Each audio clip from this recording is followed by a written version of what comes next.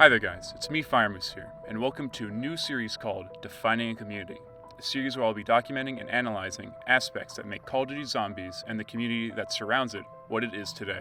Through the past 12 years, at the time of making this video, Zombies have grabbed a certain group of people, including myself, into looking into the lore and the wonder of the Zombies game mode. For each episode, I'll be looking into the background of each Zombies map, the story within the map, the setting and its influence on the gameplay, and finally, the positives, negatives, and the rating of each map. Today, we'll be looking into the map that started it all, Nacht der Untoten, and how it defined a community. Here's a quick recap before we start looking into the map. In 2008, hot off the heels of COD 4 Modern Warfare by Infinity Ward, Treyarch was put to the task of making a game with the same intensity, story, and admiration by fans as Modern Warfare had. Under strict deadlines, new technology, and staying on a topic of games that was becoming a cliche to develop, stress was in the developers' minds throughout the entire process. How some of them were coping with this was messing with the co-op mode intended for the final game. Pressured by the heads of the company to remove the mode, Mark Lomnia, now the chairman of Treyarch, played an early build of the game and said, "And it was the most fun I had playing co-op in the game that we were already making. And the zombies, well, they're fucking cool. I mean, This continued as a secret game mode for the rest of the development and went into the final game. No player knew about it until they completed the campaign and agreed it to this: Nazi Zombies. First off, this map was way before my time. I was 6 when this came out. I was still playing Pajama Sam 3, You Are What You Eat from Your Head to Your Feet at the time. But the impact it had on the community was insane. People immediately fell in love with this new mode and started making their own theories and desires for the future of this mode. Videos were popping up on how to get to the highest rounds. My brother had to show me the game mode in secret because of all the gore, and one night when my parents were asleep, he showed me Nacht der Untoten, and I immediately fell in love with the map. And it seems like Treyarch loves this map too. It's one of the only maps that's on almost every Black Ops game. We'll get to you later. It was playable as a map on World at War in BO1, as an Easter egg in Transit in BO2, a key location in Revelations BO3, and finally a remaster/remake in Zombies Chronicles. But if you're here for a gripping zombie storyline, well, you better lower the bar a bit. God, I hate myself. Yo, who wrote this? With respect to the other maps later in the franchise, this map has little to no story. Since it was the first map, the developers didn't have any clear idea on where to bring a story that has never been done before.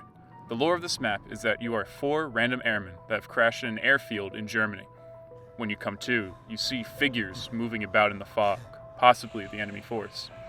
As one gets closer, you realize that these aren't normal Nazis. You and the other airmen escape to a bunker with guns on the wall in a mysterious box, where your only objective is to survive. There's nothing else to the map, and that's why I think a lot of people fell in love with this map in the first place.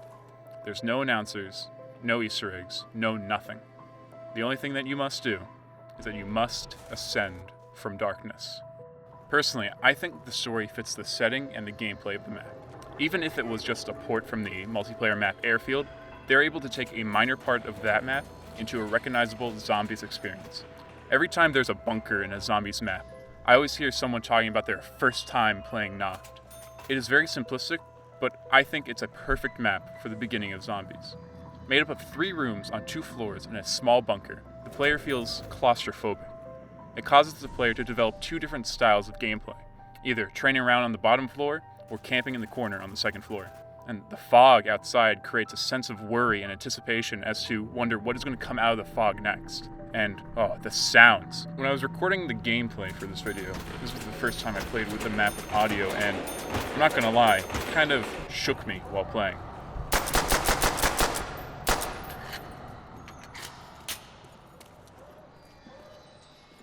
The variety of groans and the strange noises that are out in the fog create this ominous feeling when playing the map. The different words and phrases sprawled across the walls on the map create an environment that seems lived in. The player wants to connect pieces together to see what happened to the people who were here before you. There's nothing else on the map except you and the zombies. This sense of loneliness helps add to the scare factor and is only expanded upon in the gameplay. The introduction of power-ups helps players continue to high rounds and help players have fun with the game. You can get a nuke that kills all the zombies on the map and possibly continues you to the next round, an insta-kill where it kills zombies quicker, double points where it doubles the amount of points you get, and a max ammo where the ammo in your gun gets restocked immediately. Unlike the later zombie games where there's an announcer every time you pick up a drop, there's nothing. You're alone. And the little features of this map make it a very special zombies experience. The mystery box, where you can get any gun that you want, but at a cost where you can't choose what weapon you get.